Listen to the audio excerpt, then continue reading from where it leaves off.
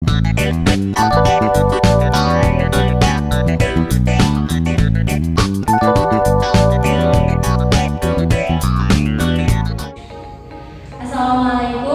selamat siang teman-teman. Sebelumnya, perkenalkan saya salah satu mahasiswa Universitas Pendidikan Indonesia dari Prodi PG PAUD Kampus Tasikmalaya. Sebelumnya, perkenalkan saya Feby. Tentunya, kenapa kita hari ini di sini? Kita akan berbincang-bincang mengenai entrepreneurship. Dan juga saya di sini tidak sendiri nih. Saya ditemani oleh rekan-rekan yang sangat cantik-cantik nih. Boleh tuh dengan Kak siapa? Ada siapa tuh di sini? Halo, aku Kak Rahma. Aku tuh bisa panggil aku dengan Kak Rahma juga di sini. Nah, aku merupakan salah satu mahasiswa dari Universitas Pendidikan Indonesia dan merupakan salah satu mahasiswa di jurusan Pendidikan Guru Pendidikan Anak Usia Dini. Boleh, di samping Kak Rahma ada siapa nih? Halo, di sini saya Nurjana Lutfila. Saya juga merupakan mahasiswa Pendidikan Guru Pendidikan Anak Usia Dini Universitas Pendidikan Indonesia Tasikmalaya. Nah, tentunya setelah ada Kak Rahma dengan Kak Nurus, di sini juga di samping saya ada dengan Kak siapa? Halo, saya Putri Darlisa. Kalian bisa panggil saja Kak Putri. Saya di sini juga mahasiswa UPI Prodi PG PAUD di UPI Kampus Tasikmalaya. Nah, tentunya teman-teman kita di sini ditemani dengan orang-orang yang hebat juga ya. Dan di sini kita akan berbincang-bincang santai nih teman-teman seputar apa tuh? Ada yang tahu nggak sih seputar apa? Hari ini kita akan membahas mengenai sesuatu yang menarik teman-teman ya. Di sini kita akan membahas mengenai entrepreneurship. Nah, karena di sini kita akan membahas mengenai entrepreneurship, tentunya ada salah satu narasumber yang sangat hebat gitu teman-teman. Tentunya narasumber ini juga dari Universitas Pendidikan Indonesia dan tentunya hebatnya lagi dari Prodi PG PAUD Kampus Tasikmalaya. Boleh kita panggil narasumber kita Bapak Dr. Iswan Sianturi SEMAP. Adanya silakan.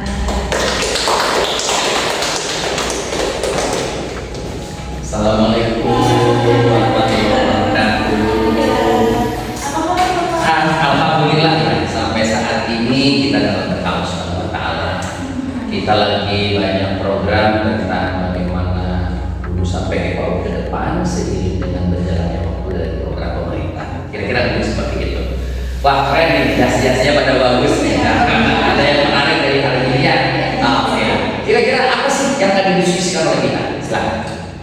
Pas hubungan kan sekarang tuh banyak nih dari kementerian tuh program-program kewirausahaan untuk mahasiswa dan lain sebagainya, bahkan banyak mahasiswa yang membuka startup baru tuh Iya. di bidang-bidangnya gitu Iya. di keahliannya masing-masing. Dan tentunya kita juga di sini akan membahas mengenai entrepreneurship di lingkungan mahasiswa yang ada di kampus ini tentunya.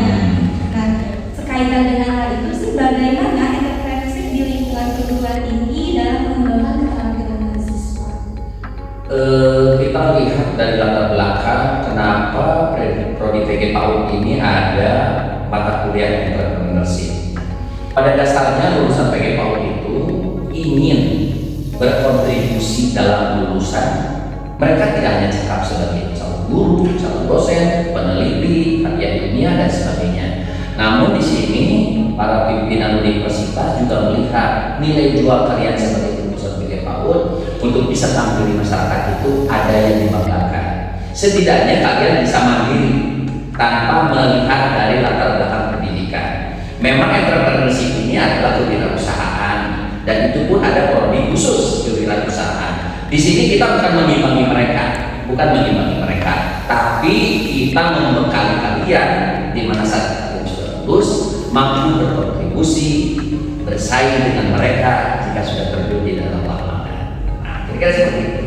Ya, entrepreneurship juga sangat penting tentunya ya di Prodi PG PAUD. Selain ada Prodi kewirausahaan juga ternyata ada di Prodi PG PAUD juga entrepreneurship itu cukup penting melihat dari apa yang tadi dikatakan oleh Bapak.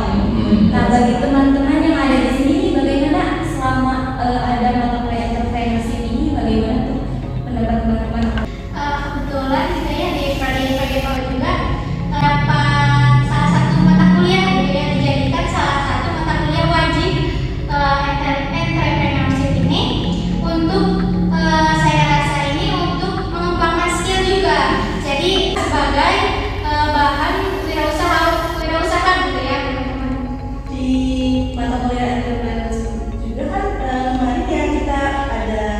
praktek, Hmm. ya kasih praktek dari cara membikinnya seperti apa, Hmm. lalu cara menawarkannya itu seperti apa, Hmm. dari awal untuk membangun jiwa entrepreneurship atau kewirausahaan itu seperti apa, dan dari nol kita pelajari dikasih yang berlaku. Sebenarnya begini, kalau entrepreneurship ini harus timbul jiwanya. Jiwa ini harus memiliki apa istilahnya, chemistry dari setiap orang. Yang pertama, orang itu jangan malu. Kedua, jangan ragu. Ketiga, harus punya percaya diri yang hebat. Karena seorang entrepreneurship kalau sudah memiliki itu, insya Allah. Seperti yang sudah dipaparkan di kuliah terdahulu, kalian kan membuat produk tuh. Bagaimana kalian menyajikan, bagaimana kalian mengemas. Yang kedua, bagaimana cara menjualkan produk itu. Apa kalian malu atau tidak, itu terserah kalian. Tapi itu tantangan buat kalian, bagaimana kalian bisa maju. Karena tidak begitu, kalian tidak bisa pernah mencoba dan tidak pernah bisa maju. Mungkin begitu. Coba pendapat kalian seperti apa yang terjadi di lapangan kira-kira? Seperti yang saya rasakan Ya. kemarin saat saya melaksanakan salah satu praktek gitu Hmm. ya dari Bapak gitu ya. Tugasnya itu kami harus menjualkan barang yang sudah kami buat, yang sudah kami produksi sendiri. Di situ memang kita dilatih untuk memiliki chemistry dengan teman-teman yang akan kita jadikan sebagai sasaran. Kita tuh harus bisa melihat mereka, jangan hanya sekedar menawarkan gitu, supaya si orang-orang yang menjadi sasaran itu dapat tertarik gitu dengan produk kita. Iya. Harus ada strategi marketing Iya. ya. Iya. Dan kalian tidak usah malu, produk kalian itu tidak hanya dijual di luar ya. Kita ini kampus luas dan banyak mahasiswa. Kalian bisa bekerja sama antara jurusan dan prodi-prodi lain untuk bisa bagaimana hasil karya itu dapat dirasakan oleh mereka. Justru kekhawatiran begini, ini kan mata kuliah baru untuk PG PAUD, baru mata kuliah baru. Apakah anak-anak mahasiswa ini yang notabene mereka anak mami dan tidak pernah bekerja untuk masak gitu ya? Jangankan untuk masak, mengiris, cuci beras juga mereka mungkin belum tahu. Tapi disinilah tantangan kami sebagai dosen, harus membekali pada mereka. Seperti yang kita sudah praktekkan bagaimana memasak cepat yang siap saji. Itu pun kalian boleh lakukan di rumah di kosan masing-masing dengan tidak banyak. Boleh 4 macam juga sudah bisa dengan harga murah, 10.000 bisa jadi satu paket makanan. Namun di sini yang kita ambil adalah bagaimana kalian mampu mengiris, mampu mendesain, mampu membuat produk itu menjadi hal yang menarik di salah satu tempat pilih yang notabene itu hanya nasi goreng ya kira-kira. Tapi kemenarikan itulah yang membuat nilai lebih untuk bisa disajikan kepada orang lain. Kira-kira begitu. Bagaimana lulusan PAUD ini punya satu nilai jual yang lebih, mereka tidak jadi dulu. Yang pertama adalah satu, mereka memiliki keberanian saja. Saya sudah memiliki keberanian, tumbuh dan berkembang, dia ingin mengembangkan seperti menjadi orang yang terkenal, tidak bisa muluk-muluk Pak. Yang sekarang lagi rame itu apa sih? Cilok, cimol, cibai, cireng, cilung ya, pengajian ya. Nah sekarang kalau kalian buat yang lebih menarik, kira-kira dengan bahan baku murah, kenapa tidak? Namun demikian perlu dipahami, Anda jangan ragu dalam membuat satu kemasan, Anda harus berani. Kesalahan itu berulang-ulang pasti akan menjadi lebih baik dan menjadi hebat. Tadi Bapak mengatakan keberanian itu. Nah, menurut Bapak bagaimana sih cara yang harus saya lakukan atau kawan-kawan yang mungkin merasakan apa yang saya rasakan agar bisa berani gitu? Nah, untuk mau merubah itu, panggil teman-teman terdekat, sharing dengan teman-teman terdekat. Apa langkah yang kita ambil, sharingkan dengan teman-teman. Nanti akan muncul dengan sendirinya kita mau berdiri di mana, posisi apa yang kita ambil, agar apa yang kita lakukan itu mendapat satu poin dari teman-teman, nilai plus yang bagus, bahwa apa yang kita kerjakan berdampak positif, baik untuk kita maupun kepada teman-teman yang lain. Kira-kira seperti itu. Harus jujur, harus ada kata hati yang membuat kita berani. Harus muncul dari hati. Saya hari ini harus berani, bukan saya seperti yang dulu. Kira-kira seperti itu.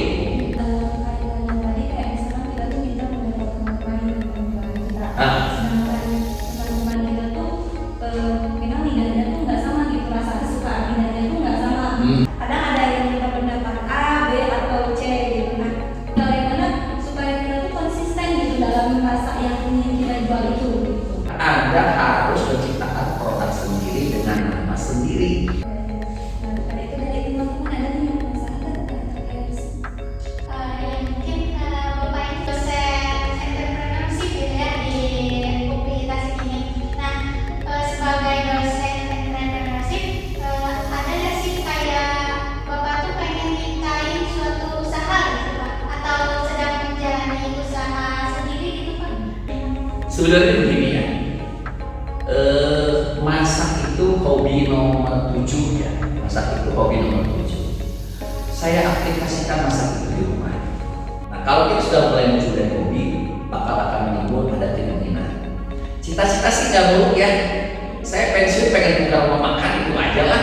Nah, kalian harus berani mencoba, berani belajar, berani mengadopsi apa-apa yang terjadi di lapangan untuk bekal kalian. Kelak kalian sudah lulus, Anda jangan bingung.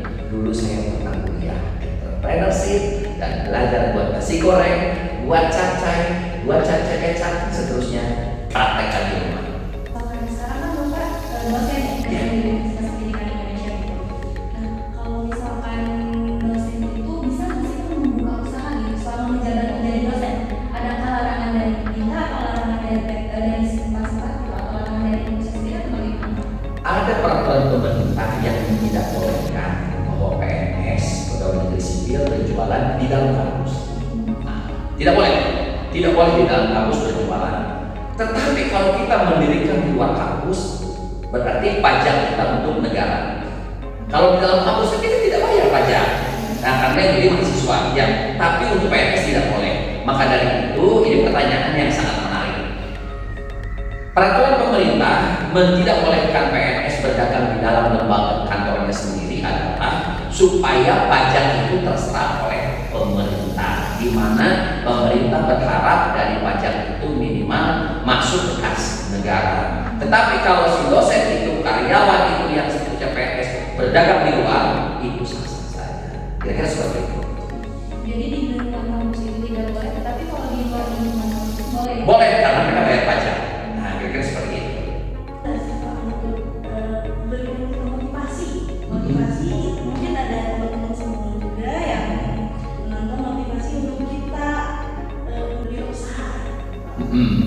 Begini, coba lakukan hal yang kecil saja. Coba buat mie goreng, tapi mie ini bahan bakunya belum jadi, ya belum jadi. Mie sudah ada, tapi yang lainnya belum jadi. Dari nol. Coba Anda iris bawang daun dan sebagainya. Coba Anda goreng, mau pakai mentega, mau pakai minyak, mau pakai minyak ikan, coba semua. Yang penting Anda rasakan bagaimana perasaan lidah Anda dengan lidah teman-teman itu sama atau tidak. Intinya adalah bagaimana Anda berani melakukan sesuatu untuk menjadi seorang entrepreneurship yang berhasil dan handal. Kira-kira seperti itu. Pasti bisa. Mungkin satu pertanyaan lagi Bapak. Baik. Kita makan ini. Baik. Nah, yang ingin saya tanyakan apakah seperti sertifikat halal, sertifikat lain-lain yang mempengaruhi menarik konsumen gitu. Biasanya sertifikat halal itu kalau kita jual produk yang terbungkus. Kalau tukang nasi goreng, warteg, mie ayam, mie goreng, mie cilok, cireng, cimol itu tidak ada di label halal karena mereka semua bahan bakunya bahan baku pasar. Ya, tapi kalau kita membuat makanan dalam bentuk kemasan itu harus ada terdaftar nomor registrasi Dinkes Kesehatan dan harus ada halal dari pemerintah atau Departemen Agama. Karena apa? Produk ini akan dijual dengan tenggang waktu. Tenggang waktu artinya bisa 2 minggu, 3 minggu, bahkan 1 bulan. Tapi kalau untuk produk yang siap saji, saya rasa tulisan halal itu sudah mereka tahu dan pahami bahwa kita belanja di pasar terbuka atau pasar tradisional. Kira-kira seperti itu. Ya. Mempengaruhi dan tidaknya tergantung ya. Tergantung ya. Mungkin perbincangan siang kita hari ini dicukupkan untuk sekian. Mudah-mudahan dengan adanya narasumber ini, narasumber yang hebat sekali ya, Amin. bisa memotivasi kita untuk berwirausaha Dan sekali lagi satu hal, jangan ragu untuk memulai sesuatu hal yang menurut Anda bisa bangkit dari keterpurukan. Saya very Sudah bersedia dimenangkan. Terima kasih sama-sama. Terima kasih, semoga bermanfaat. Mungkin teman-teman sekian yang dapat kami sampaikan. Assalamualaikum warahmatullahi wabarakatuh.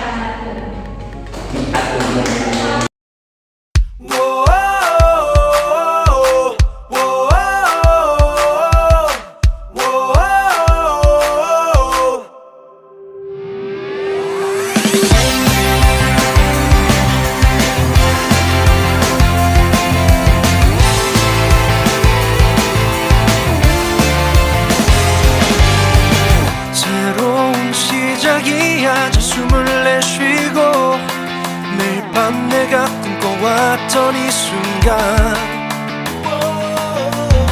지나간 시간들은 다 모두 지워줘. 여기 빛나는 이 무대 위에 우리 함께 있잖아.